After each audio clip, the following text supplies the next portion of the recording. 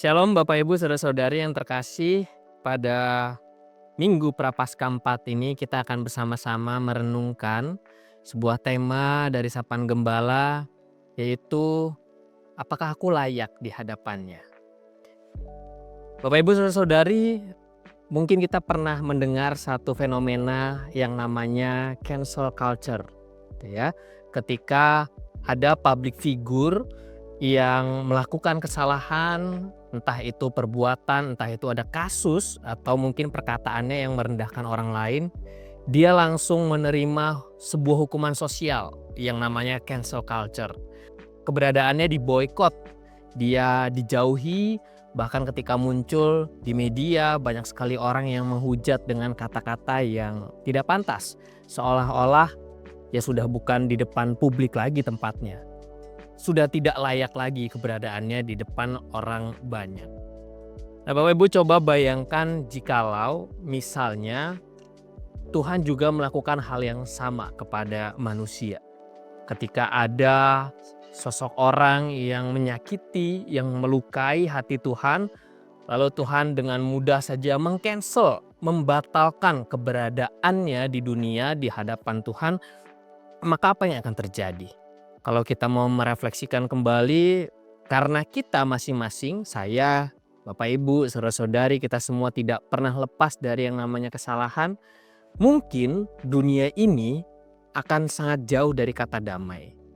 Hari-hari diisi dengan penghukuman dari Allah ketika Allah tidak lagi berkenan di dalam keberadaan manusia, karena sebenarnya kita begitu tidak layak di hadapan Tuhan yang Maha Kudus. Syukurlah Allah kita bukanlah sosok yang seperti itu. Tidak menggunakan perspektif manusia ketika dia menghadapi orang-orang yang melakukan kesalahan dan melukai hatinya. Salah satu bacaan kita pada minggu ini dari firman Tuhan, yaitu bacaan Injil berdasarkan Lukas pasal 15, menceritakan tentang perumpamaan anak yang hilang.